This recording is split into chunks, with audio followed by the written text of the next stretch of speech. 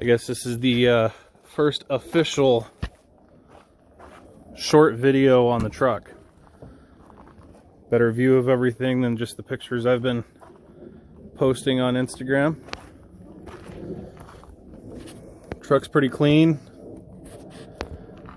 If anyone knows where I could buy door panels for these old Dodges, I need a set of black ones. Same thing with a headliner. Truck's gonna go orange when I'm done with it. Relatively straight truck, other than the obvious of the previous owner's wife running over the mailbox with it. So, yeah, that would be it. There's a body lift that's coming off, so the body's going to drop back down on the frame, and then I'm going to do the van lower control arms up front, flip the axle in the back, get rid of the 32-inch tires, find some nice wheels for it, and I guess we'll go from there. Alright, so trying to make a little bit more progress on the truck tonight. No, I haven't been working on it, so I figured I'd get the motor ready to crank over before I decided to pull it out of the truck. That way I have something where I can use some leverage with the breaker bar. So this is what I ran into. Obviously I'm going to pull the plugs out.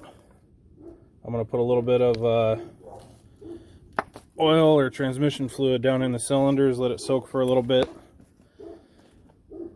Plug wires didn't want to come off on some of them, they came off on others. Driver's side not so much.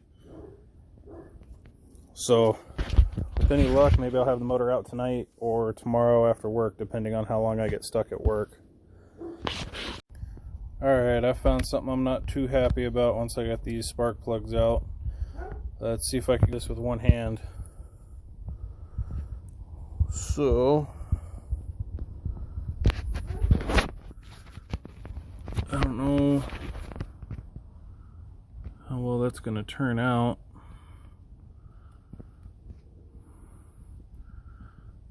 Or if you can see it at all. So that would be the inside of the number 8 cylinder. Lots of orange nastiness in there. Well, good news. The engine's not seized. I'm going to run it through a couple more times just to make sure that if there's anything that might be an issue, it'll be apparent. The cylinders are soaked for about a half hour, 45 minutes. And it's cranking over easy. There's a little resistance at first, but now it spins pretty freely. So I'm going to go ahead and crank it over, and we'll see what we can do from there.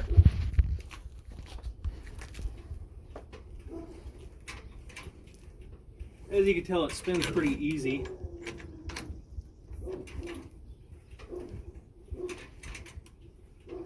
So I might just decide to buy an MSD ignition and then fire it up before I pull it out of the truck to make sure everything's okay. Get a heat cycle on it and do a compression check when it's hot. But it feels smooth. I don't feel any binding anywhere.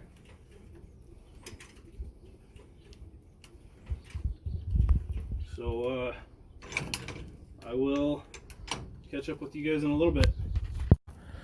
We're done playing with the truck for the night. Sprayed off the top of the intake, got all the dirt and leaves and everything off. Pulled the thermostat out, pulled the water pump off, flushed the water jacket out. No rust came out of the water jacket. The coolant was still in there and the antifreeze was still green, surprisingly, after sitting since 2012.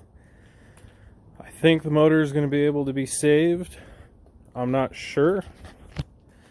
I'm going to sleep on it tonight if I'm going to just wait until I can afford the MSD ignition, a 4-barrel intake, and I'll throw one of my spare junky 4-barrel carbs on it just to get it started in the truck before I pull the motor out. I'm leaning towards doing that because I feel like that would be the wiser idea for the time being. But I'm definitely not running D80's throttle body injection. I know people like them. I'm not a fan of them.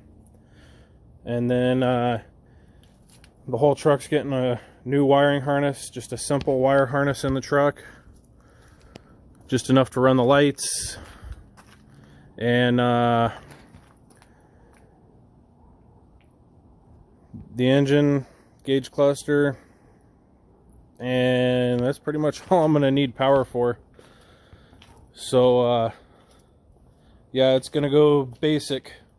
I want the truck to basically be able to just jump in it and go. I don't want any issues with the wiring. I don't want any issues with the engine. I'm looking at 4-core radiators for it now. But yeah, I think that's going to be it for tonight. Thanks for watching, everyone.